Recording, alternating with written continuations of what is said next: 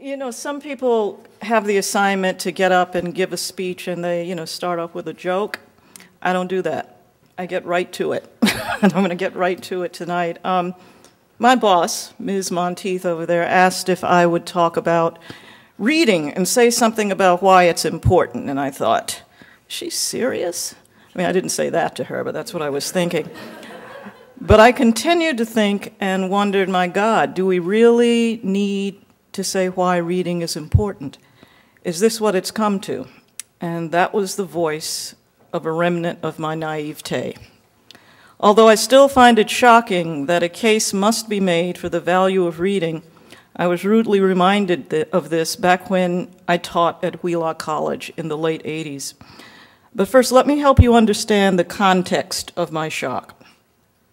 I grew up in a home and an educational environment where reading was held almost as sacred as God. By the time I was 3, I was reading. When I started school, each year from the 1st grade through the 6th grade, my mother would buy every textbook assigned to me. She and my grandmother would make me read out loud the assigned pages for the next day and make sure that I understood what the assignment was about and what the reading was about. They also wanted to make sure that I didn't sound like an idiot or come down with a case of what I call the bashful mumbles, hence the reading out loud. This started in the 1st grade. By the time I was in the 3rd grade, the Iowa reading test became a part of my life. Now, I don't know if that was something regional or national. I mean, how many people out here remember those godforsaken tests? Oh, you know. All right. The Iowa test played a very important role in our lives about the value of reading and peer pressure. The purpose of the test, if you remember, was to make sure you were reading and comprehending material at your grade level. That was never the goal in my class. It was a given that you were reading at grade level. What you aspired to was to be reading at least 3 grade levels ahead. Otherwise, you were considered pond scum, and you couldn't hold your head high, and you would be talked about. So you better know what you're doing, read the books, get the answers right, and strive to the next level. In the 4th grade, my class began reading the New York Times. First, we learned how to fold the paper without hitting anyone we were sitting next to. Okay, that was real important. Next, we learned the layout of the front page of the New York Times. Foreign affairs on the left, domestic affairs on the right. And then every day, for the entire 4th grade, we had to pick an article to read, we had to summarize it, and be prepared to discuss it the next day in class. To this day, I am addicted to the New York Times. It became quite clear to all of us during those days that reading well was the key to everything. If you could read well, you could probably write well. And if you could write well, you could probably think well. And if you could think well, you could process information, which was one of the smoothest roads to acquiring knowledge. And if you could acquire a lot of knowledge, there was a good chance that you would become smart. Reading fertilized your brain. I went to a college where reading was akin to the air you breathed, where you expected to develop your abilities to process information and reflect that ability in your writing. I ended up with an extraordinary education and assumed that everybody else was getting a similar kind of education. Books were like gold. I had one friend from college who also moved here after graduation. I think the two of us were instrumental in keeping New Words bookstores and Wordsworth afloat for a very long time.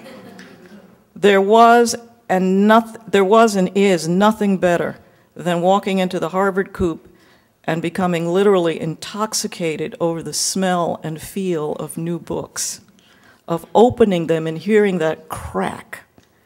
And God only knows what awaited you in the pages of that book. We would spend money on books when we should have been paying Instar. I remember the excitement when The Color Purple came out. My friend who read it first told me, this is not just writing, this is literature. And we were able to make that distinction, and we were very proud that we could make that distinction. My world was, and still is, occupied by lots of books regarding lots of subjects, from architecture to alien abductions, from James Baldwin to Anne Sexton, from Virginia Woolf to M. Scott Momaday.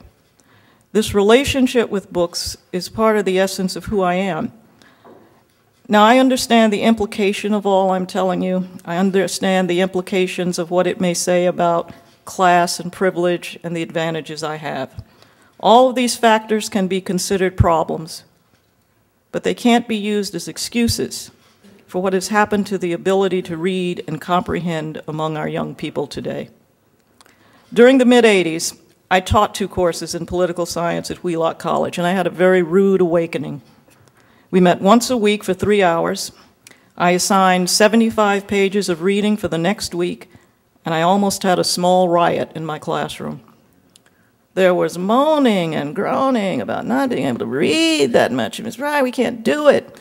Cut the assignment back to 50 pages. They continued to moan and groan. I told them that was too bad. Suck it up and read the pages, all right? The next shock came with reading comprehension. Asking them the question, what do you think this chapter or section was about, was often met with terrified silence. The question, what did you think about all this? What is your viewpoint?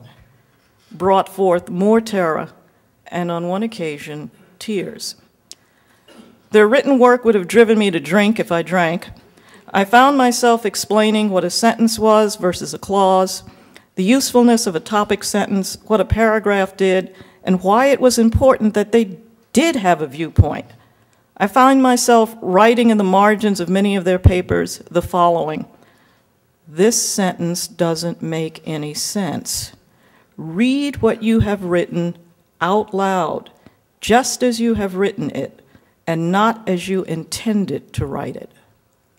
Finally, I broke down and I asked them, look, what is the problem here with reading? And I was told, it takes too long. It's boring.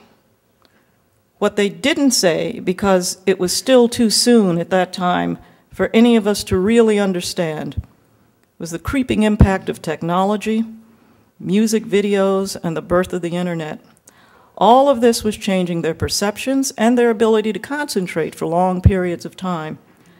Technology in all its manifestations is here to stay. There's no going back to the so-called good old days. So it's come to this: the NEA's Big Read project, designed to revitalize the role of literary reading in American culture. I leave you with this request, especially directed to young people. Go back and tell them it's not either or, reading or technology, books or videos. It can be both and.